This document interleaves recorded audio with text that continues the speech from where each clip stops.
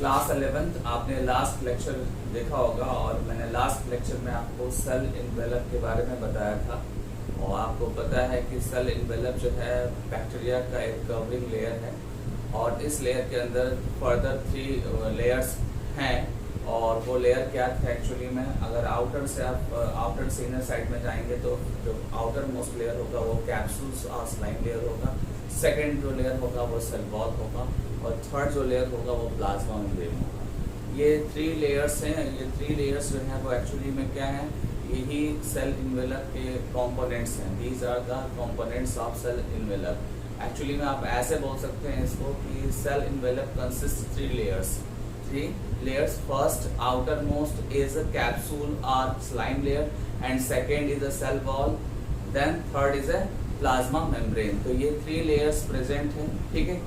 और इसके बारे में मैंने सारे compositions, वर्किंग फंक्शंस मैंने आपको बता दिए हैं। आप लास्ट वीडियो में एक बार रिवीजन ले सकते हैं वहां से। आज आप पढ़ने वाले हैं सेल इन्वेलप के को लेकर आप एक क्लासिफिकेशन करने वाले हैं।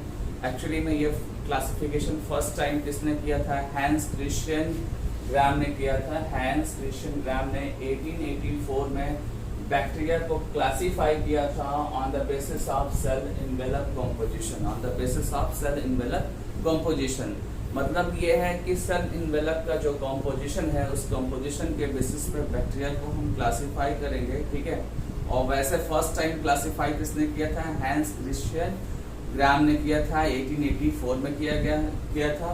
और क्लासिफाई करने के बाद 2 कैटेगरी बनाई थी। आप देख सकते हैं व्हाइट बोर्ड पे मैंने मेंशन कर रखा है। वो 2 कैटेगरी कौन सी है, फर्स्ट कैटेगरी ग्राम पॉजिटिव है और सेकंड कैटेगरी क्या है, ग्राम नेगेटिव है। ये 2 कैटेगरी को बनाने के लिए कुछ प्रोसीजर्स, कुछ मेथड फॉलो किए गए थे। कुछ प्रोसीजर और मेथड को फॉलो किया गया था। ये उस प्रोसीजर, उस मेथड को बोलते हैं ग्राम स्टेनिंग मेथड और प्रोसीजर। ग्राम स्टेनिंग मेथड और प्रोसीजर।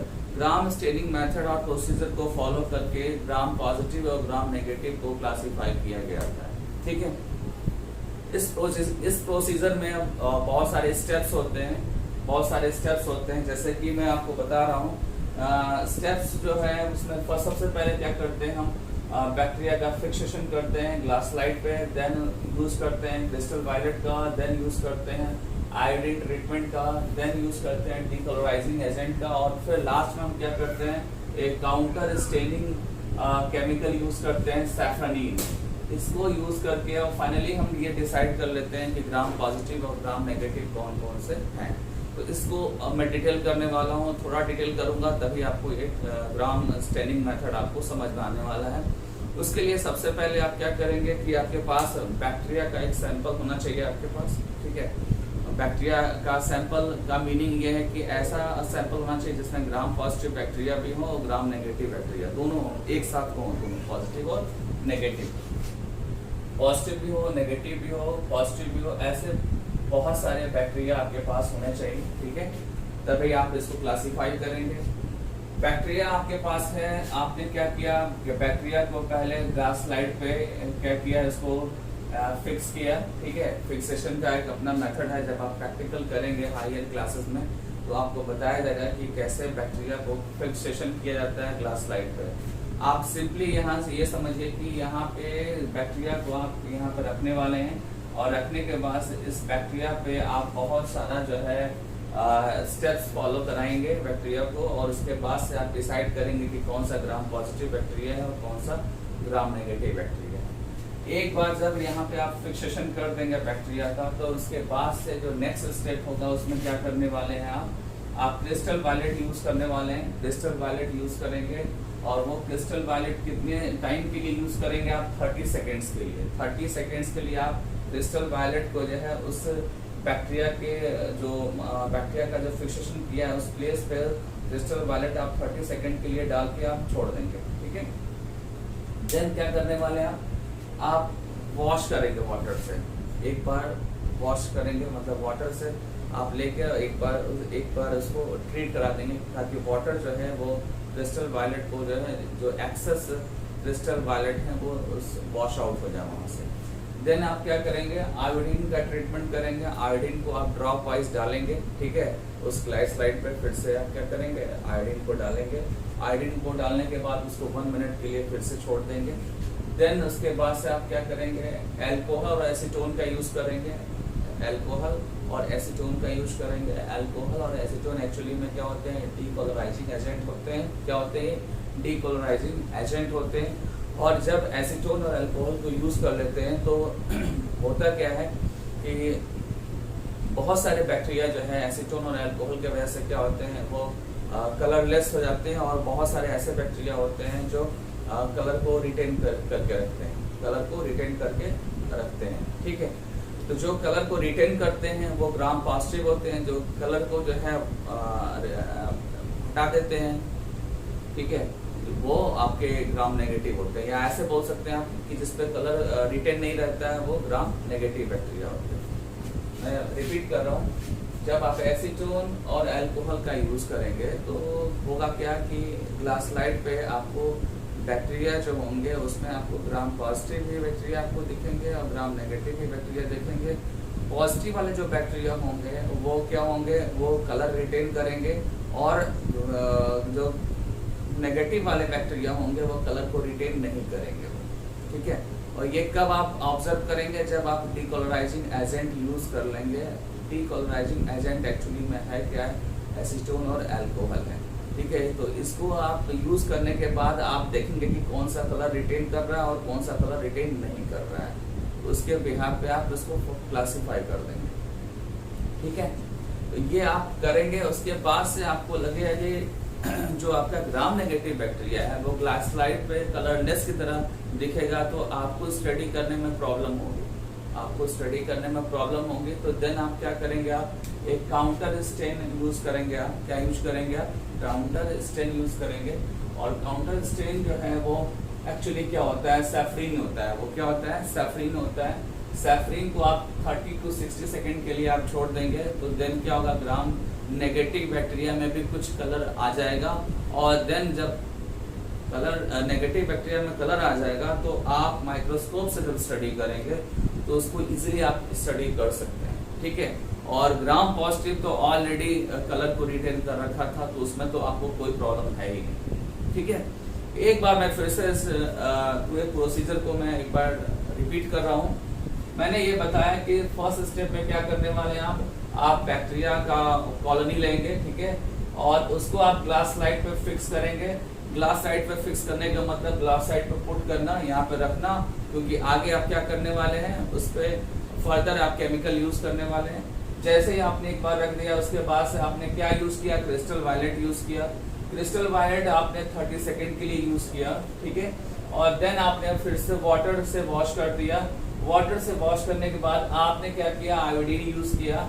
आयोडीन आप 1 मिनट के लिए छोड़ देंगे। आप आयोडीन जैसे इस पर डालेंगे तो 1 मिनट के लिए आपको छोड़ना होगा। देन आयोडीन ट्रीटमेंट के बाद आपको क्या करना होगा, डीकोलोराइजिंग एजेंट यूज करना होगा। डीकोलोराइजिंग एजेंट क्या होता है, अल्कोहल और एसीटोन होता है, ठीक है। ये अल्कोहल और एसीटोन जब आप यूज करेंगे तो यहाँ पे जो बैक्टीरिया होंगे वो बैक्टीरिया कुछ ऐसे हो जाएंगे जो कलर को रिटेन कर लेंगे, मतलब कलरफुल होंगे। और कुछ ऐसे बैक्टीरिया होंगे जो कलर लेस होंगे। जो कलर लेस होंगे वो ग्राम नेगेटिव होंगे। जो कलर जिनके अंदर कलर रिटेन होगा वो ग्राम पॉजिटिव होंगे, मतलब कलरफुल बैक्टीरिया को ग्राम पॉजिटिव बोलेंगे, ठीक है।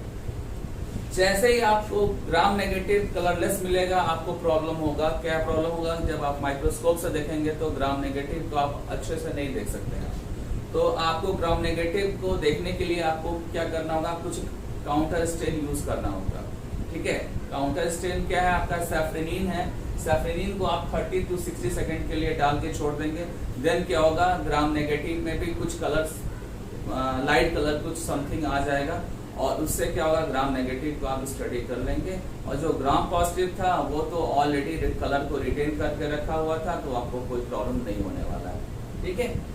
ये आपका क्या था, ये था आपका ग्राम स्टेनिंग मेथड था, प्रोसीजर था, ठीक है। ये एनसीईआरटी में नहीं है बट मैंने आपको बता दिया क्योंकि यही वो मेथड है जिसके बिहाफ पे आप बैक्टीरिया को क्लासिफाई करेंगे, ठीक है। और बैक्टीरिया के 2 कैटेगरी फाइनली बन रहे हैं। वो कैटेगरी क्या है आपके, ग्राम पॉजिटिव और ग्राम नेगेटिव बैक्टीरिया। ठीक है, जो ग्राम पॉजिटिव बैक्टीरिया है वो क्यों कलर को रिटेन किया था, उसके लिए मैंने ये सारे पॉइंट्स लिख रखे हैं। और जो ग्राम नेगेटिव है जिसने डीकलराइजिंग एजेंट्स यूज करने के बाद क्यों कलर उसका लॉस हो गया था, उसका कलर रिटेन नहीं हुआ था, उसके लिए मैंने ये पॉइंट्स लिख रखे हैं। एक्चुअली क्या होता है ये है कि जो बैक्टीरिया होता है, बैक्टीरिया का जो सेल वॉल होता है, वो सेल वॉल की कंपोजिशन में ही कुछ प्रॉब्लम है, कुछ डिफरेंस है एक्चुअली में। ठीक है, हम अभी जो टॉपिक पढ़ रहे हैं वो क्या पढ़ रहे हैं कि सेल इन्वेलप के बेसिस पे बैक्टीरिया को क्लासिफाई करने की कोशिश कर रहे हैं। बट रियलिटी ये है कि हम सेल इन्वेलप को के बेसिस पे क्लासिफाई नहीं कर रहे हैं, हम सेल वॉल के बेसिस पे क्लासिफाई कर रहे हैं। बट एनसीईआरटी ने सेल इन्वेलप लेके डिस्कशन किया है, तो हमको भी एनसीईआरटी ही फॉलो करना होगा। लेकिन जब आप एक्चुअल में ग्राम पॉजिटिव और ग्राम नेगेटिव में डिफरेंस जब आप सर्च करने जाएंगे तो आपको सारा डिफरेंस किस में दिखेगा, आपको सेल वॉल के अंदर दिखेगा आपको। ठीक है, तो आप देखिए यहाँ पे क्या है एक्चुअली में सेल वॉल में डिफरेंस। ग्राम पॉजिटिव में देखिए आप वन बाय वन हम पॉइंट्स को हम देखते जाएंगे ग्राम पॉजिटिव और ग्राम नेगेटिव में। जो फर्स्ट पॉइंट है आपका सेल वॉल थिक है यहाँ पे ग्राम पॉजिटिव में, और थिक कितना है 250 से लेकर 300 एंगस्ट्रॉम है, 250 to 300 एंगस्ट्रॉम थिक है। Whereas in gram negative cell wall is thin और उसका थिकनेस क्या होगा 100 to 150 angstrom. Then after gram positive का सेकेंड पॉइंट, सेल वॉल यहाँ पे क्या सिंगल लेयर है, बट यहाँ पे सेल वॉल क्या 3 लेयर है। ठीक है, देन आएंगे आप तो यहाँ पे क्या मिलेगा, सेल वॉल आपको रिजल्ट मिलेगा, यहाँ पे कंपैरेटिवली लेस रिजल्ट मिलेगा आपको। यहाँ आएंगे तो यहाँ सेल वॉल जो के अंदर ओनली वन कंपोनेंट है, दैट इज म्यूकोपेप्टाइड्स, वो भी 80% है। But in case of gram negative cell wall made up by lipoproteins, mucopeptides and lipopolysaccharides. These are the component of cell wall. ठीक है, ये स्पेशली किसके लिए मैं बता रहा हूँ, ग्राम नेगेटिव के लिए। मैं रिपीट कर रहा हूँ क्योंकि यही वो मटेरियल है जिससे ग्राम नेगेटिव का सेल वॉल का फॉर्मेशन हुआ है। क्या है वो मटेरियल, लाइपोप्रोटीन्स है, म्यूकोपेप्टाइड्स है, लाइपोपॉलीसैकेराइड्स है। These are the constituents of gram negative cell wall. ठीक है, तो ये इसका कंपोजिशन हो गया। अब नेक्स्ट आपका फिफ्थ पॉइंट है वो क्या है, ग्राम पॉजिटिव में टिकोइक एसिड एक होता है वो प्रेजेंट होगा यहाँ पे, वेयर एज ग्राम नेगेटिव में टिकोइक एसिड एब्सेंट होगा। ठीक है, ये भी आपका कहाँ पे होगा, सेल वॉल के अंदर होगा टिकोइक एसिड। ठीक है, लेकिन ये teichoic acid only gram positive में है, ग्राम नेगेटिव में नहीं है। ठीक है, और लास्ट पॉइंट ये है कि ग्राम पॉजिटिव का जो सेल वॉल होता है वो जो सेल वॉल है वो एंटीबायोटिक से सेंसिटिव होता है। एक्चुअली यहाँ मैंने मेंशन किया है पेनिसिलिन, तो penicillin is antibiotic, penicillin is antibiotic. आप जैसे एंटीबायोटिक आप खाते हैं ना, जब आपको कोई भी डिजीज होती है, इन्फेक्शियस डिजीज, तो आप एंटीबायोटिक लेते हैं मेडिसिन, तो वही है मेडिसिन है पेनिसिलिन। आपने क्लास 10 में भी पढ़ा होगा, ये एक फंगस से रिट्राइव करते हैं। ठीक है, ये फर्स्ट आपका एंटीबायोटिक था, और ये इसी एंटीबायोटिक से ग्राम पॉजिटिव बैक्टीरिया सारे के सारे जो है वो क्या होंगे, सेंसिटिव होंगे। सेंसिटिव का मतलब कि आप जब एंटीबायोटिक यूज करेंगे तो ग्राम पॉजिटिव बैक्टीरिया किल हो जाएंगे, डिस्ट्रॉय हो जाएंगे। But in case of gram negative क्या होने वाला है, आप एंटीबायोटिक जब यूज करते हैं तो बहुत सारे ऐसे ग्राम नेगेटिव है जिन पर कोई फर्क नहीं होता है, तो ये सेंसिटिव नहीं होंगे। ठीक है, तो ये आपके पॉइंट्स हैं। मैं आपको 1 मिनट का टाइम दे रहा हूँ, आप सारे पॉइंट्स नोट करिए। ये आपके एनसीईआरटी में नहीं है, सो दैट आप उसको नोट करना ही होगा।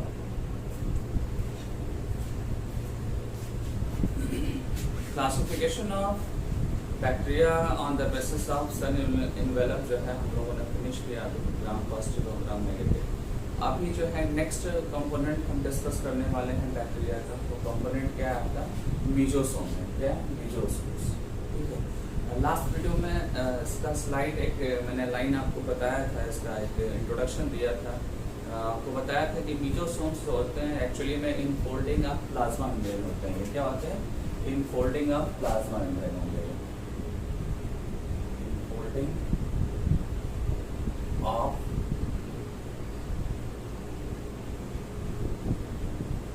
प्लाज्मा मेम्ब्रेन होंगे। ठीक है, डायग्राम आप देख सकते हैं, ये आपका जो इनर लेयर है ये एक्चुअली क्या होता है, प्लाज्मा मेम्ब्रेन होता है, और प्लाज्मा मेम्ब्रेन जो है कुछ प्लेस पे क्या होते हैं, अंदर की तरफ फोल्ड होते हैं, इनसाइड उसकी फोल्डिंग होती है, और इसी फोल्डिंग को हम एक्चुअली में क्या बोलते हैं, म्यूजोसोम बोलते हैं। सो दैट यहाँ मैंने क्या वर्ड यूज़ किया, in folding a plasma membrane, यही आपको लर्न करना होगा। और साथ में एनसीईआरटी बोलता है कि it is a extension of plasma membrane, it is a extension of plasma membrane. ये क्या है, एक एक्सटेंशन है, ठीक है, किसका, प्लाज्मा मेम्ब्रेन का एक्सटेंशन है। तो ये भी आप लर्न करेंगे।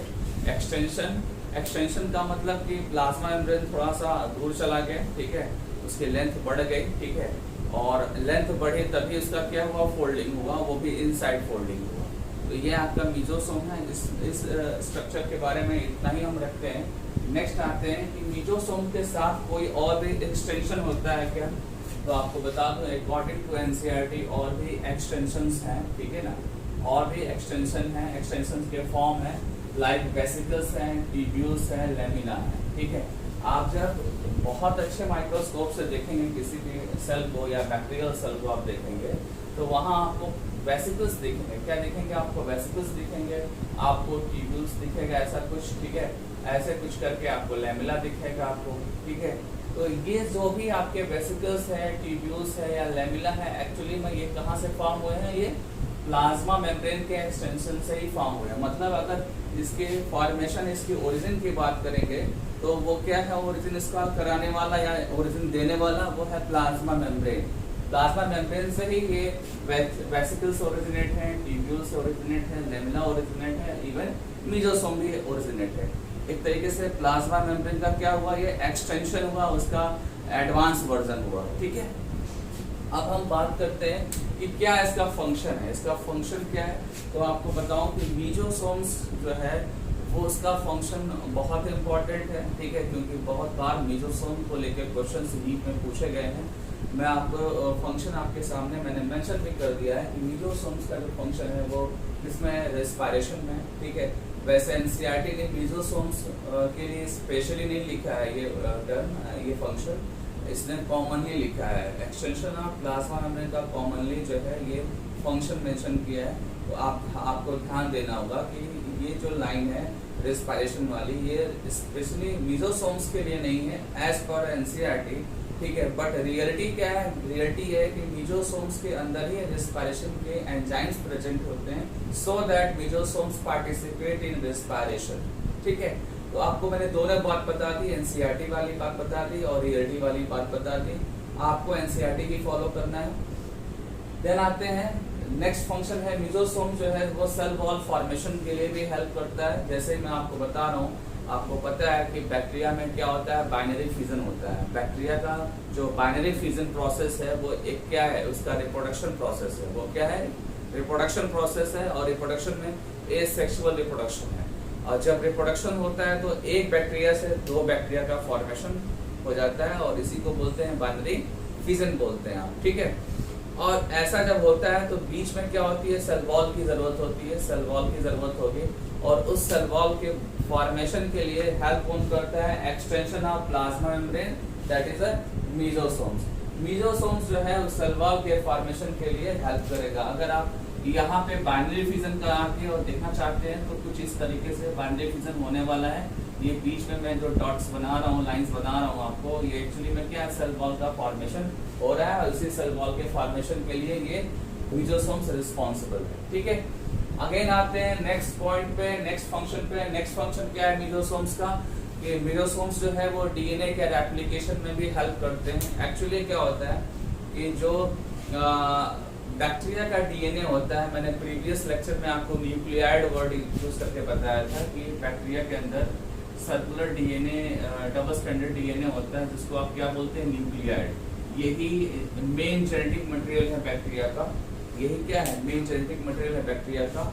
और इसके रेप्लिकेशन की जरूरत होती है जब बैक्टीरिया का रिप्रोडक्शन होता है। मतलब कि आपका जो अभी जस्ट मैंने बताया कि जब बाइनरी फिजन होगा तो बाइनरी फिजन को आप क्या बोलते हैं, रिप्रोडक्शन बोलते हैं। और रिप्रोडक्शन जब कंप्लीट होता है तो 2 सेल बन जाते हैं, बट कंप्लीट तभी होगा जब डीएनए का डुप्लीकेशन होगा। डीएनए का डुप्लीकेशन और रेप्लिकेशन होगा। तो उस डीएनए का रेप्लिकेशन होने के लिए मीजोसोम्स की जरूरत होती है। और यहाँ पे वो डीएनए क्या है, आपका न्यूक्लियाइड है। यहाँ पे डीएनए न्यूक्लियाइड को ही हमने लास्ट वीडियो में बताया था क्या कि ये डबल स्ट्रैंडेड सर्कुलर डीएनए है, यही बैक्टीरिया का मेन डीएनए है। और एप्लीकेशन से पहले जो है ये जाके अटैच होता है मीजोसोम के पास, और मीजोसोम के सरफेस पे ही ये क्या करता है, अपने नंबर को मल्टीप्लाई करता है। सो दैट यहाँ पे हमने मेंशन किया कि ये मीजोसोम डीएनए रेप्लिकेशन में हेल्प करेगा। ठीक है, एक्चुअली क्या होता है कि जब रेप्लिकेशन होता है ना, तो एंजाइम्स कुछ रिक्वायर्ड होते हैं। ठीक है, और वो एंजाइम्स पूरे साइटोप्लाज्म में मूव नहीं करेंगे, वो किसी एक प्लेस पे जाना चाहते हैं वो। ठीक है, वो एंजाइम जो है किसी एक पर्टिकुलर प्लेस पे जाना चाहते हैं, और ऐसा करने के लिए न्यूक्लियाइड को हेल्प करना पड़ेगा। ऐसा करने के लिए न्यूक्लियाइड को हेल्प करना होगा। न्यूक्लियाइड जाकर वो मीजोसोम के पास स्टे कर जाता है। मीजोसोम के पास क्या होता है, टेम्पोरली स्टे करेगा, और तब तक स्टे करेगा जब तक कि रेप्लिकेशन मतलब कि उसका मल्टीप्लिकेशन नहीं होता है। तो जैसे ही यहाँ स्टे करेगा, यहाँ पे आके स्टॉप हो जाएगा, यहाँ पे उसका मतलब मूवमेंट रुक जाएगा। तो फिर एंजाइम्स जाएंगे और इसके नंबर्स बढ़ा देंगे, इनका रेप्लिकेशन कर देंगे। तो ये आपका रेप्लिकेशन हो गया। ठीक है, रेप्लिकेशन एक अपने आप एक बड़ा टॉपिक है, आपकी क्लास 12 में मिलेगा आपको। अब नेक्स्ट जो आपका है वो क्या है, डिस्ट्रीब्यूशन ऑफ डॉटर सेल्स। तो आपने जस्ट अभी देखा कि बैक्टीरिया में जो है, बैक्टीरिया बाइनरी फिजन में हेल्प कर रहा है, डीएनए का रेप्लिकेशन में हेल्प कर रहा है। तो जब ये सब कुछ हो जाएगा तो फाइनली 2 बैक्टीरिया बनेंगे, तो उनका डिस्ट्रीब्यूशन कौन करेगा, उनका डिस्ट्रीब्यूशन भी मीजोसोम ही करने वाला है। ठीक है, ठीक है, और मीजोसोम क्या है, एक्सटेंशन ऑफ प्लाज्मा मेम्ब्रेन है। तो ये सारे फंक्शंस आपको पढ़ने होंगे, ये सारे फंक्शंस इंपॉर्टेंट है, बैठेंगे तो। अच्छा, आप देखिए वेसिकल्स, ट्यूब्यूल्स और लेमिला, इसका जो मेन फंक्शन है वो क्या है, सिक्रीशन है। देन ये सरफेस एरिया को बढ़ाते हैं। ठीक है, और देन सरफेस एरिया बढ़ाएंगे तो उसमें एंजाइम्स भी प्रेजेंट होंगे डिफरेंट रिएक्शंस के लिए, डिफरेंट मेटाबॉलिक प्रोसेस के लिए। ठीक है, ये सारे फंक्शंस इनके हैं। बट एनसीईआरटी ने क्या किया, सारे फंक्शंस को एक साथ कोलैबोरेट करके एक साथ जो है मेंशन किया हुआ है, एक्सटेंशन ऑफ प्लाज्मा मेम्ब्रेन के नाम पे। तो आप ये चीज ध्यान दीजिएगा, एनसीईआरटी को एक बार देख लीजिएगा। मैंने एनसीईआरटी आपको शेयर किया है पीडीएफ, एक बार आप नेक्स्ट देख लीजिएगा। अब इस टॉपिक के बाद आपको मैं बता रहा हूँ एक नया पॉइंट है, वो क्या है, प्लाज्मिड के बारे में। ठीक है, इसके बारे में प्लाज्मिड। ठीक है, प्लाज्मिड भी क्या है, एक circular double standard, small D और एस का मतलब होता है डबल स्टैंडर्ड डीएनए। ठीक है, बट ये साइज में क्या होगा, न्यूक्लियाइड के कंपैरिजन में, मतलब कि इसके कंपैरिजन में ये स्मॉल होगा। ठीक है, और इसके नंबर जो है, इसके नंबर मोर देन 1 होंगे। क्या होंगे, मोर देन 1 होंगे। ठीक है, मतलब बहुत सारे होंगे, 50, 200, 400 तक अप्रॉक्स होते हैं। 50 से लेकर 400 के चांसेस हैं इसके। ठीक है, और ये जो होते हैं इनका जो फंक्शन है, ये फंक्शन मेन है इनका। आप जब प्लाज्मिड स्टडी करेंगे तो प्लाज्मिड का फंक्शन मेन होगा, बिकॉज इस प्लाज्मिड में बहुत सारे जीन्स होते हैं, बहुत सारे जीन्स होते हैं, और वो जीन्स जो है डिफरेंट फिनोटिपिक कैरेक्टर के लिए रिस्पॉन्सिबल होते हैं, डिफरेंट फिनोटिपिक कैरेक्टर्स के लिए रिस्पॉन्सिबल होते हैं। और उसमें से कुछ जो है कैरेक्टर्स मैं बता रहा हूँ जो आपके बायोलॉजी में अलग अलग चैप्टर में, अलग अलग क्लास में यूज है। जैसे कि एक आपको मिलेगा जीन एंटीबायोटिक रेजिस्टेंस जीन। ठीक है, ये आपको बायोटेक में जब आप जेनेटिक इंजीनियरिंग टॉपिक को पढ़ेंगे तो वहां पे आपको मिलेगा ये। ठीक है, देन आता है आपका कभी कभी नाइट्रोजन फिक्सेशन के लिए भी जीन्स इसमें मिल जाते हैं कुछ सर्टन बैक्टीरिया में, निफ जीन बोलते हैं इसको, ठीक है, निफ जीन। ये आपको क्लास 11th में मिनरल न्यूट्रिशन चैप्टर में ये टर्म मिलेगा आपको। निफ जीन एक्चुअली में नाइट्रोजन फिक्सिंग जीन होता है। ये नाइट्रोजन को फिक्स करने में हेल्प करता है और उसके नाइट्रोजन को फिक्स करने में जो रिस्पॉन्सिबल एंजाइम्स हैं वो एंजाइम्स इस पर्टिकुलर जीन से फॉर्म होते हैं। और ये जीन एक्चुअली में कहाँ पर प्रेजेंट है, प्लाज्मिड में प्रेजेंट, ठीक है। ये आपका एंटीबायोटिक हो गया, निफ जीन हो गया, और ऐसे ही बहुत सारे आपको मिलेंगे, ठीक है ना। मैंने ET से लिख दिया, मतलब कि आपको बहुत सारे ऐसे आपको चीज मिलेंगे जो डिफरेंट फंक्शन के लिए रिस्पॉन्सिबल होंगे, ठीक है। इसके साथ साथ मैं बता दूं कि प्लाज्मिड जो है ये हेल्प करता है दो मेजर प्रोसेस में। जब आप जेनेटिक इंजीनियरिंग को आप स्टडी करेंगे तो वहाँ पे एक प्रोसेस होता है ट्रांसफॉर्मेशन और एक प्रोसेस होता है रिकॉम्बिनेशन। तो ट्रांसफॉर्मेशन और रिकॉम्बिनेशन में भी ये हेल्प करने वाले हैं प्लाज्मिड। आपको लर्न करना होगा। मैं फिर से रिपीट कर दे रहा हूँ सारे पॉइंट्स को, क्योंकि ये जो पॉइंट है आपके लिए अननोन था आज तक, क्योंकि 11th में ये आपको मिलेगा फर्स्ट टाइम। प्लाज्मिड मैंने बताया आपको कि प्लाज्मिड क्या है, एक डबल स्टैंडर्ड सर्कुलर डीएनए है, सर्कुलर डबल स्टैंडर्ड डीएनए है, ठीक है। इसकी साइज स्मॉल है एज कम्पेयर टू न्यूक्लियाइड, ठीक है। इसके नंबर की बात करें तो 50 से लेकर 400 तक इसके नंबर्स की पॉसिबिलिटी है, ठीक है। देन इसकी फंक्शंस की बात करें तो फंक्शन डिपेंड करता है इस पे प्रेजेंट जीन्स पे। फंक्शन किस पे डिपेंड करेगा, प्लाज्मिड्स पे प्रेजेंट जीन्स पे डिपेंड करेगा, ठीक है। और जीन्स पे डिफरेंट जो है फिनोटाइपिक कैरेक्टर्स होते हैं। आपको पता है कि जीन्स पे डिफरेंट फिनोटाइपिक कैरेक्टर्स होते हैं। उसमें से एक कैरेक्टर क्या है आपका, एंटीबायोटिक रेजिस्टेंस जीन है, एंटीबायोटिक रेजिस्टेंस जीन है। इसके अलावा भी जो है अदर जीन्स भी होते हैं जो एंटीबायोटिक रेजिस्टेंस के जैसे ही वर्क करेंगे, ठीक है। अदर भी जीन्स होंगे जो वर्क करेंगे similar to the antibiotic resistance gene. वो आप जेनेटिक इंजीनियरिंग जब आप टॉपिक पढ़ेंगे क्लास 12 में तो आपको ये पॉइंट क्लियर हो जाएगा, ठीक है ना। इसके अलावा निफ जीन्स कुछ बैक्टीरिया में होते हैं। जब आप नाइट्रोजन फिक्सेशन आप पढ़ेंगे क्लास 11 में तो वहाँ पे कुछ बैक्टीरिया का मैंने नेम मेंशन कर रखा है, लाइक राइजोबियम, ठीक है। तो वहाँ पे राइजोबियम में आपको जो प्लाज्मिड्स मिलेंगे उस प्लाज्मिड्स के अंदर जो नीफ जीन मिलेंगे वो नीफ जीन जो है नाइट्रोजन फिक्सेशन में हेल्प करेंगे।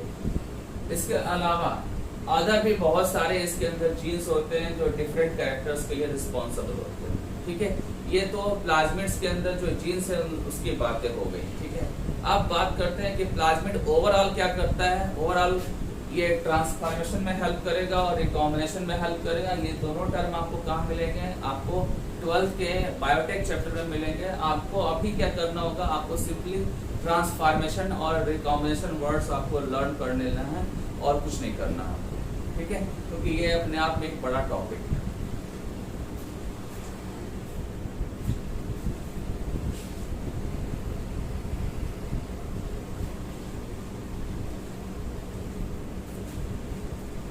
तो आज के लिए इतना ही रखते हैं। आज आप अपना लेक्चर ये देख के नोट्स बनाएंगे और अभी 1 लेक्चर और रिक्वायर्ड है प्रोकैरियोटिक सेल्स के लिए, देन फाइनली ये फिनिश हो जाएगा।